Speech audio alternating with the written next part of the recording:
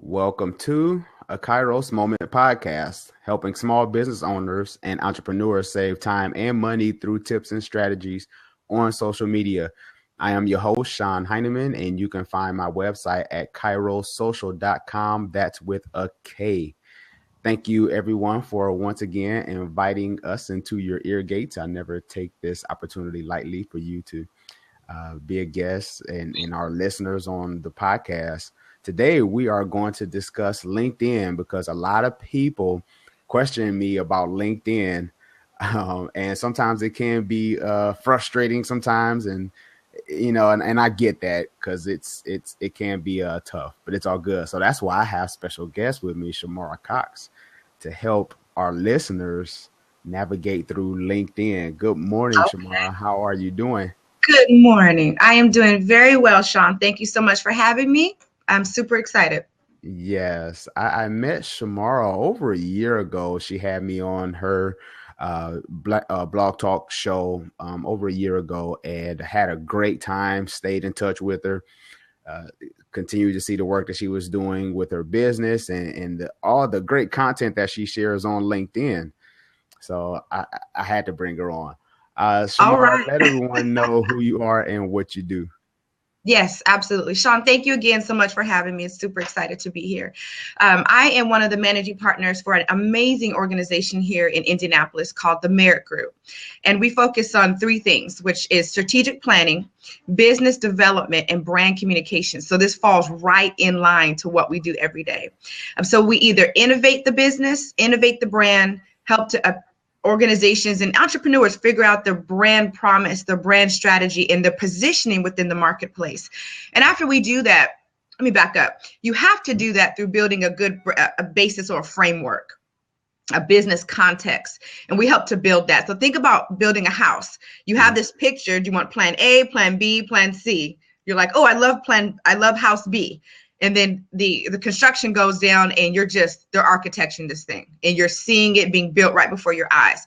That's what we do in business. So if you're a brand new entrepreneur, we help you build your business concept. And then we help you to take that concept to implementation phase, which is actually beginning the work of building. And then from there, we take it to the brand communication phase. And that's how do I communicate what I've just spent a year and a half or a year building to the marketplace? And that's that brand communication piece. Mm-hmm. Awesome. So if we have any newbies out there that's listening, make sure you connect with Shamara because she can help you. And because there's some blogs that I read of yours on LinkedIn that really stood out and really being strategic in your marketing approach, because a lot of people don't have marketing strategies. They kind of just jump online or just create the Facebook page. Yes. Totally agree. What book on social media or entrepreneurship would you encourage aspiring entrepreneurs to read? Okay, so if we're looking at any, there's two that are my absolute favorites. They're both, they mix the two because you really can't talk about anything digital if we're not talking about, or business development without talking about anything digital, because we're just living in that era. And it's the market of it's a digital world. Mm-hmm. So the first book I'd recommend is the 80-20 networking. It's called 80-20 Network with Perry Marshall. Mm-hmm. That is an outstanding book for any level of an entrepreneur or an enterprise. And then the second book that I would recommend is one of my mentors, which is Jeff Hoffman, the former CEO and founder of Priceline. It's called Scale. That book, again, it breaks down three levels of business. The person that is a brand new entrepreneur that is really trying to get their business idea off the ground. And then secondly, it gives concepts, tools, and strategies on how to do that. Then secondly, it's the business that's in the middle. That's really people driven. So you can't go on vacation. You're spending 15 hours a day there and you really have just created another job for yourself, but it's yours. So there's that sense of pride, right? Mm-hmm.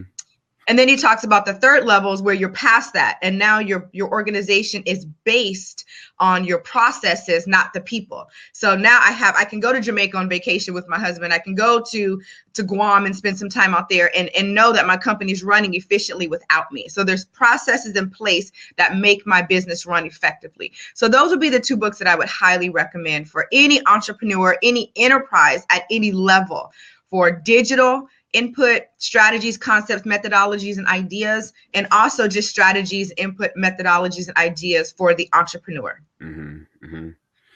Yeah, because systems are very important.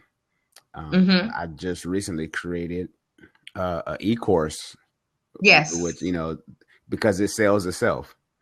Yes. I don't Yes. have to be there. Like you say, we live in this digital age. So, and I always tell people content is king. You got to have the content because it creates a life of its own after you've created it or after you've breathed life into it.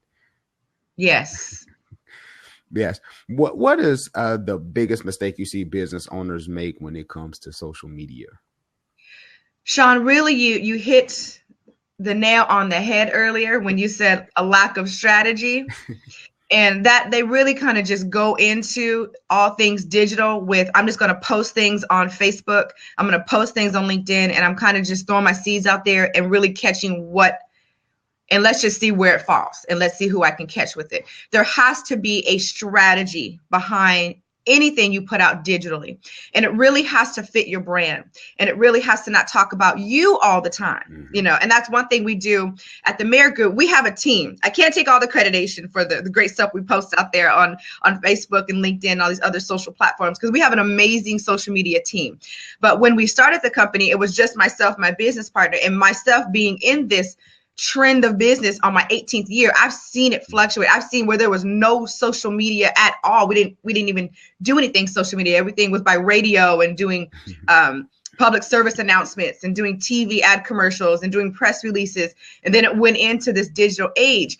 And what I found is it's very, very strategic. It's picking your demographic, it's picking your target market and speaking their language.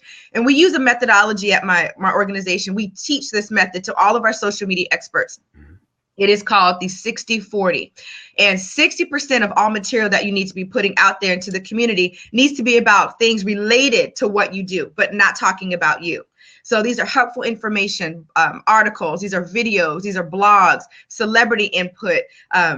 You're talking about if Zig Ziglar's got a great article, you're a life coach and you're talking about all things that pertain to life coaching. Zig Ziglar would probably be a great person to put some information out on, but it still pertains to your brand. Yes. And once you lay that information out there, you really capture and you engage your audience from that point.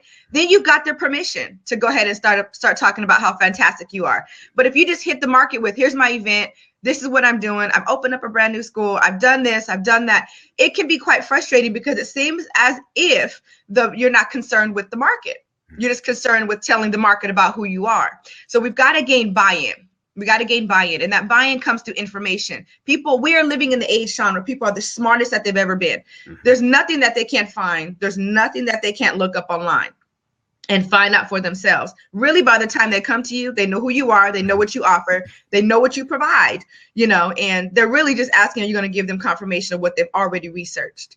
So we really have to use that philosophy in marketing, is making sure that we're putting information out there that makes absolute sense to our market.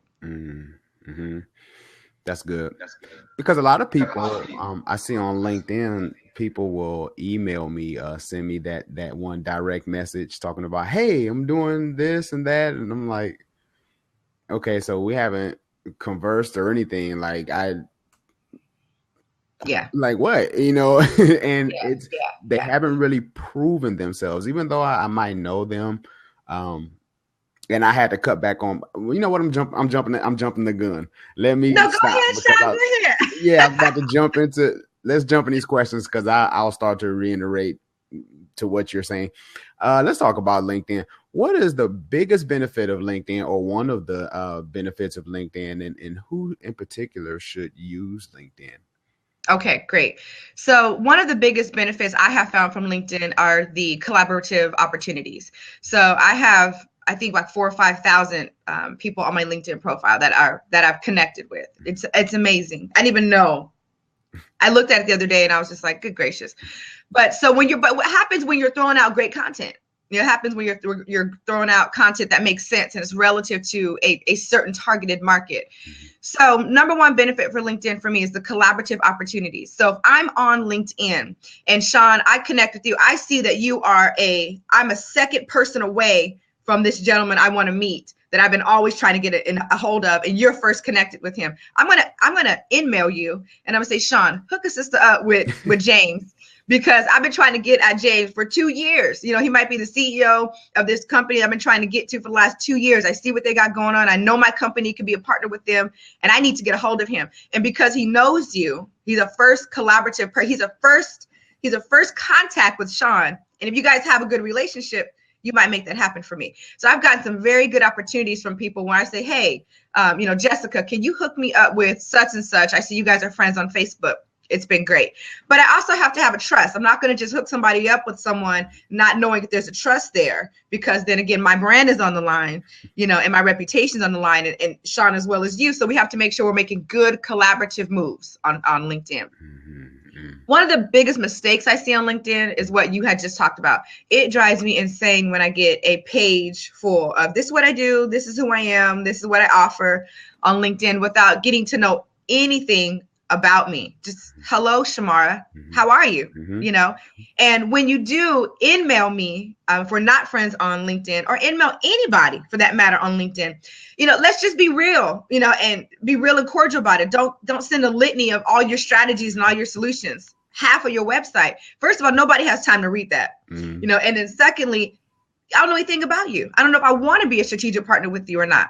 And when you email somebody or you ask for a meeting, have a strategy. And what I mean by that is, if I ask Sean to hook me up with James, I'm going to email James with this.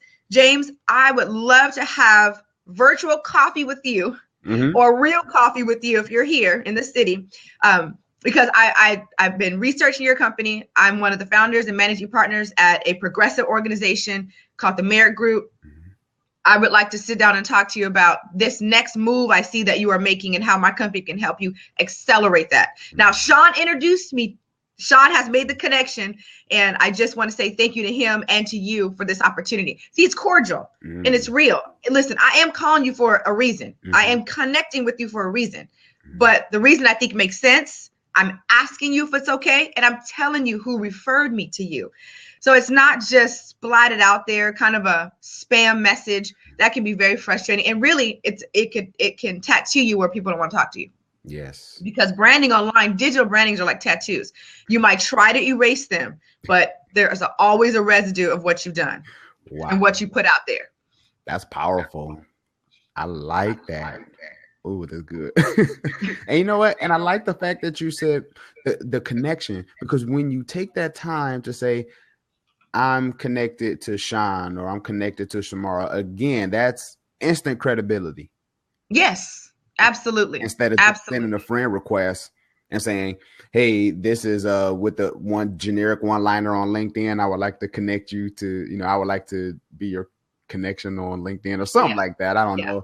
I'm like, can you spice it up a little bit before you send me a request instead of your generic one-liner? Like, we all have it in our inbox. That's something LinkedIn use just by default. Exactly. And Sean, that lends to something else too. That's very important. It's the setup and the structure of your email. So how much more powerful would it be, or taking that cold lead to a warm lead, if in the subject line I say referral from Sean or referral from Shamara, Shamara Cox, what have you, Terry Dove. It makes more sense because a person sees that subject line, they're like, oh my goodness, yeah, Terry, absolutely. But if it just says, I would love to have coffee. Do you know what I mean? I would love to have coffee as I get in my subject line. So your subject line are important, to make sure in that subject line you're utilizing that referral. Yes, I agree. You are helping somebody today. All right. That's what I'm talking about. Is it okay? And I know you kind of touched on it just a little bit, but I need you to go in depth about it. Yeah. Is it okay to promote your product or service on LinkedIn? And I guess we kind of talked about that marketing strategy on LinkedIn as far as a product or a service. Because is it okay to promote, or you want to kind of just let people see your work? I believe it's a little bit of both. You know, marketing and business are two parts. It's part art, you know, and it's part science. Mm-hmm. There's just certain things that just work. You know, 1 + 1 is 2. Mm-hmm. You know, after A, there's B, there's C. It's just some things are just A. It is what it is. But when you're really working these social media platforms, we have to take into account there has to be a scientific aspect of it, which is a strategy. It's really that understanding your market. There's got to be some type of research. And then secondly, it is that art part. And it really is talking about you and your emotion, getting that human component, that emotional buy-in to what you're trying to do on LinkedIn. I want to go back to something just real quick. I think it's important. Who should use LinkedIn? And really, I've learned that LinkedIn is a platform strongly used for business professionals. On my LinkedIn, you don't see a lot. I'm a strong Christian woman, Sean. I know you are a strong Christian man as well. I don't put a lot of stuff on LinkedIn, and I don't mind. You know, it doesn't bother me when I see it, and I don't mind it. But a lot of what I post on LinkedIn is either business related, marketing related. It's all related to some type of something in business. Facebook, my personal page, I kind of use for stuff like that. Right. So when you're on LinkedIn, because there are literal CEOs, and when I talk about CEO of your own company, it's just you by yourself. I'm talking about an actual CEO of an organization that's running a multi-million-dollar brand, and he's out there on LinkedIn. And you can get a hold of him. So it's really making sure that your digital footprint, when he goes back and looks at all the articles you put out, and they go back and look at all the information all the blogs that you put out, they're looking at you saying, okay, they're an astute business professional with some business acumen, you know, and I would like to go and speak to them. But if all they see are motivational speeches and all they see is inspiration, you know what I mean? There's nothing wrong with that, right? But how am I going to ask you, Sean, for a business meeting to talk about strategy, and you go back and look at my digital footprint and all I've talked about is scripture? You're going to be like, well, okay, she's a good lady, you know, and she loves the Lord, right? But I don't see that business. I don't see it. So your digital footprint has to make sense too. Okay. Going back to that LinkedIn opened up, going back to this thing called LinkedIn, because I'm telling you, it is powerful, and you can make some great business connections, collaborative connections on there. You have to leverage those in-mails, you know, people that you want to get connected to, inbox them through your referral base, through people you know. That's major. Okay, another thing is I love the fact that LinkedIn just started, well, I shouldn't say just started, advertising like Facebook. That's insane. So we use their ads. That's a great way to draw traffic to your website, draw traffic to the product, draw traffic to the solution. It's a great way to do that. So I would use LinkedIn ads, put some dollars behind it, and just really pump in people to your, whatever it is you're trying to do. Solution, sell a solution, get people to your event, to your open house, to your website, put dollars behind that. And really on LinkedIn, put out a lot of information. People go to LinkedIn for strategy. They go to LinkedIn for information. They go to LinkedIn for concepts, tools, ideas, articles, things that they can use and teach from. So I would definitely leverage LinkedIn for that as well. And I find that groups are very beneficial on LinkedIn. I started a group on LinkedIn, and it's a great place to engage and to show your craft, to show what you're good at. And again, and you get to pick people's brain and ask the questions, you know, about LinkedIn. What is what are you struggling with on social media? You know, different things. So that way I can take this blab, right? And share it with my audience and say, hey, you want to connect with Shamara. So now, even if it's 30 people, if you get that one lead, it's a win-win situation. It makes all the difference. I agree. Absolutely. Yeah, absolutely, Sean. It makes the world of a difference. Yes. How important are endorsements and recommendations on LinkedIn? And should you ask people for recommendations, or, you know, do people do they take the initiative and do it on their own? And before you answer this, because me personally, I put that in my social media strategy to at least endorse one person a week. Okay. Without them. That's fantastic. Because when you do that, it adds so much value. But anyway, I'm jumping the gun. Go ahead. That's all right. I agree. I am totally with you, Sean. I believe absolutely recommendations are key. When I'm looking at, if someone has connected with me and says, you know what, Shamara, let's have some virtual coffee, or let's meet. I would love to come down and have a free strategy session. I look at their page. I do some investigation of, on my own, and I go into their page, and I really do. I scroll down at their history, and I scroll down at the recommendations. I want to see what people are saying about them, and that is important. I have great recommendations on our page, on our business page, and on my personal page. Sean, you've got amazing. I think, Sean, you made a recommendation a while back for me. That was fantastic. Yes. So we've got some, great recommendations, and it really because we're in a digital world, because a lot of it is technology based, is I can put out whatever I want. And nothing about it could be true. Mm-hmm. So it is important to ensure that I've got those type of recommendations and endorsements, because what that does is it gives credibility to a world that really kind of is just, it's whatever I want my world to look like. I could be a Caucasian lady with blonde hair and be 5'10", but on my Facebook page I got a picture of an African American lady with brown hair and 5'3". So I can make myself whatever I want digitally. So when you have recommendations from people and endorsements, I'm telling you, it just adds that credibility. Mm-hmm. And it solidifies who you are, and it solidifies your brand. Mm-hmm. I'm glad, like you said, you do your homework on people, because I always do my homework before I bring anybody on as a guest. Like I said, people already checked you out before they even call you. Oh, yes, sir. Because time is of the essence. So you don't want to waste time. Yes. Because we get on Blab, and then you was that Caucasian woman on LinkedIn, and then we get on Blab, and now you black. Like, what happened? Wait a minute. She's not what I thought she was. Wait a minute. So that exactly. Right. Most definitely. Shamara, this has been an awesome podcast. Let everyone know how they can get in touch with you. Give us all your information and how people can get in touch. Absolutely. So you can reach us. Again, I'm one of the managing partners at the Merit Group, and you can reach us at our website, which is www.themerit, and that's MERIT Group Indy.com. And we are actually opening up our first school. We've branded ourselves in the community here in Indianapolis. And we are there's such a demand, Sean, on what we do at the Merit Group, because it's such a need for entrepreneurs to break through business and go the next level. And Terry and I got to the place where no matter how amazing the processes are, we had to duplicate ourselves. So we have the grand opening of our institute, which is actually today. We're having an open house virtually, and that's at 1:30.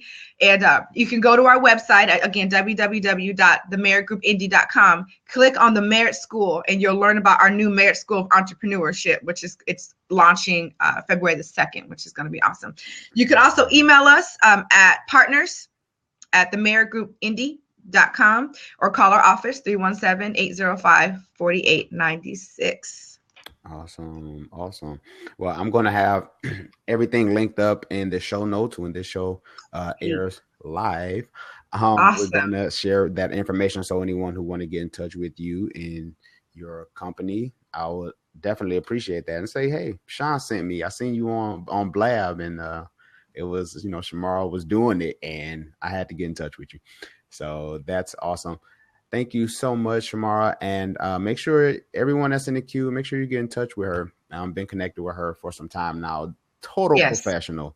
And thank you for everything that you do for the community and for small business owners. And I'm learning from you as well. So awesome, Sean. I'm like, ditto. I ditto that. Most definitely. I know you're a busy woman. I will not hold you. So all right. I'll talk to you pretty soon. I'll talk to you on social media. Thank you. All right, Sean. That sounds great. Thank you so much for having me. Yes. Enjoy your day. Okay. Take care. Okay. Thanks. Mm-hmm.